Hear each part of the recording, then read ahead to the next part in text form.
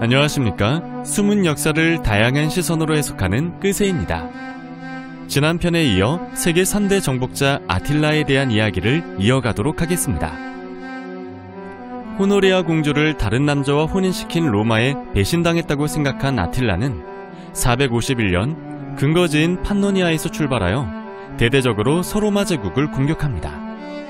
이 공격에서 아틸라는 현재의 독일 트리어, 퀼른, 벨기에, 프랑스 메츠, 스트라스부르그, 랑스, 오레아 등 갈리아 지역의 로마군을 모두 격파했습니다.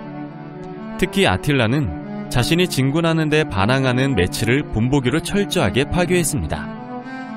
아틸라가 프랑스 북부인 랑스를 거쳐 현재 중세시대 샤토의 중심부라는 르노아 강의 오레앙까지 진군하자 발렌티니아누스 3세의 어머니인 플라키디아는 장군 아이티우스를 구원투수로 등장시킵니다.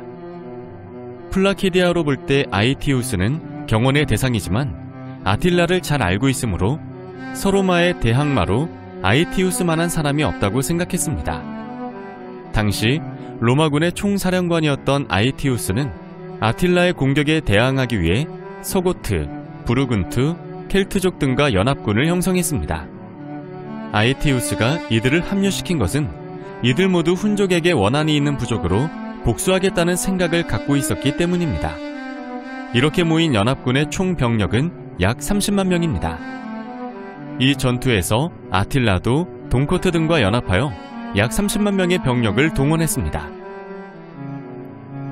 이 숫자가 정말 놀라운 점은 약 30만 명의 병력 중 훈족은 1만여 명 정도밖에 되지 않는다는 점입니다. 전투는 프랑스 우변 중부의 트로아 지역 마우리아쿰에서 벌어졌는데 로마군과 아틸라군은 진지구축 없이 곧바로 전투에 들어갑니다. 피의 혈투로 이루어진 전투는 약 15만에서 30만 명의 전사자가 생겼는데 전사자 외에 포로는 전혀 없고 소수의 부상자만 있었는데 이것은 철저한 사륙전으로 진행되었다는 것을 뜻합니다. 양측에서 엄청난 사상자가 발생한 사륙전이었지만 결론은 무승부였습니다. 학자들은 이 전투에 상당한 의문을 제기합니다. 첫 번째 의문점은 아틸라가 그동안 승리 아니면 죽음이라는 신조로 훈족을 이끌었는데 살롱 전투 때에는 무승부로 병력을 철수했다는 점입니다. 더욱 이상한 것은 전투 중 서로마 제국의 주력인 서고트의 왕 테오도리크가 전사하여 서고트가 전열에서 이탈했음에도 로마군을 총공격을 하지 않은 것입니다. 학자들은 여기에 아틸라의 커다란 전략이 숨어있다고 말합니다.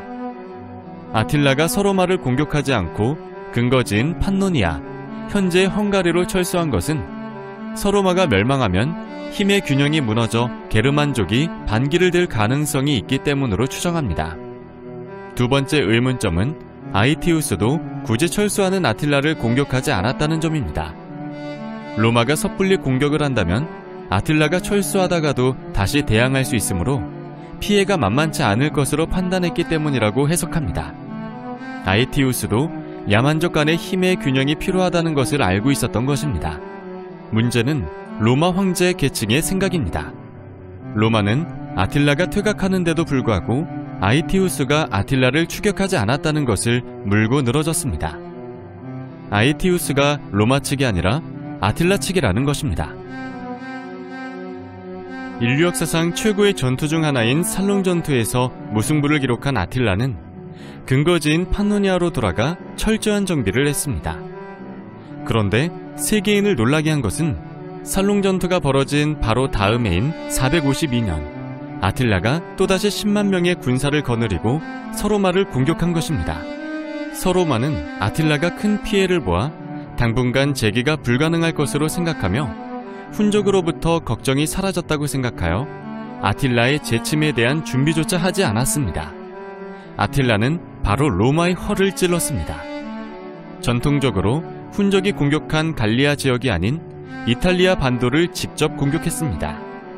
문제는 로마가 아틸라를 방어할 여력이 없었다는 점입니다. 더구나 발렌티니아누스 3세는 아이티우스를 의심하여 아틸라가 로마 제국을 초토화시키면서 진군하는데도 그를 활용하지 않았습니다. 아틸라는 벌거숭이 로마를 마음껏 유린했습니다. 우선 이탈리아 북부에 있는 아퀼레이아를 점령하여 철저하게 파괴했습니다. 파죽지세로 파두아, 베로나, 피비, 베르가모, 밀라노 등으로 진격하여 북이탈리아 전역을 휩쓸었습니다.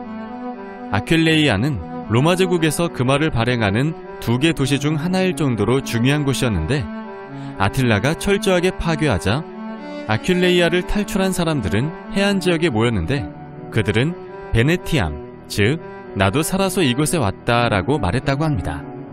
베네티암은 현재의 베니스 또는 베네치아입니다. 아틸라는 로마 제국의 구수도였던 밀라노의 구황궁의 거처를 정한 후 밀라노 성당에서 로마의 지배자임을 선포합니다. 동양인인 아틸라는 밀라노의 정복 자체로 로마 제국을 점령한 것이나 마찬가지라고 선언한 것입니다. 아틸라가 제국의 지도자가 될 수 있었던 것은 아틸라의 개인적인 카리스마와 관련됩니다. 그는 훈제국의 황제가 되었음에도 식사는 나무 식기를 사용했으며 돌의자에 앉았는데 이런 모습을 직접 본 로마 사절의 그림이 남아있을 정도입니다. 당시 밀라노 성당에서 이루어진 대관식 때 앉았던 돌로 만든 옥자는 현재까지 이탈리아 토르첼로 섬에 보관되어 있습니다. 또한 수많은 전투에서 항상 선두로 공격에 나섰고 아이티우스와의 살롱 전투에서도 역시 선봉으로 공격했습니다. 그는 부하들에게 자신이 선봉으로 나서지 않았다면 자신이 죽었기 때문이라고 사기를 올렸습니다. 더불어 아틸라는 전리품을 부하들에게 모두 공정하게 분배했습니다. 당시 용병들의 기본은 전리품의 분배인데 아틸라가 모든 재물을 공유하므로 수많은 부족으로 구성된 훈 제국임에도 아틸라가 일사불란하게 제국을 이끌 수 있었던 요인입니다. 이탈리아 북부가 아틸라에게 점령당하자 발렌티니아누스 3세는 아틸라에게 살롱 전투의 빌미가 된 호노리아를 부인으로 주겠다며 시간을 끌었습니다. 정확한 사실 여부는 파악할 수 없지만 실제로 아틸라와 호노리아가 결혼했다는 말도 있습니다. 그런데 이때 아틸라에게 매우 불리한 상황이 벌어집니다. 말라리아가 아틸라군을 습격한 것입니다.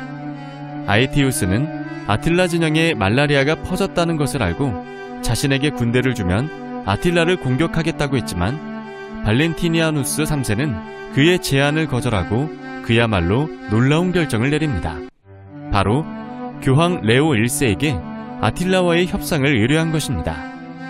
레오 1세는 극적인 협상을 이뤄 아틸라를 설득하여 철수를 시켜 로마는 아틸라의 공격으로부터 살아남았습니다. 물론 아틸라가 아무 조건 없이 레오 1세의 청을 들어준 것이 아닙니다. 아틸라는 근거지인 헝가리의 판노니아로 철수하는 대신 그가 점령한 북이탈리아의 지배권을 확실하게 보장받았습니다. 이 사건은 서양사에서 매우 중요한 전기를 마련하는데 레오 1세의 협상 성공으로 가톨릭 교회가 로마 문명의 수호자가 되는 결정적인 요인이 되기 때문입니다. 학자들은 이들 간의 협상 자체는 아틸라의 승리라고 평합니다. 당대를 아틸라의 훈제국과 로마 제국이 양분했다는 뜻이죠. 아틸라가 로마로 진군이 가능했음에도 협상에 응한 것은 말라리아의 영향도 있지만 로마를 공격하려면 공성장비가 필요했기 때문으로 추정합니다. 한마디로 시간이 필요했다는 뜻이겠죠. 다음 편에서는 아틸라를 이야기할 때 가장 아쉬운 내용인 아틸라의 급작스러운 죽음과 훈족의 멸망에 대해 설명하겠습니다.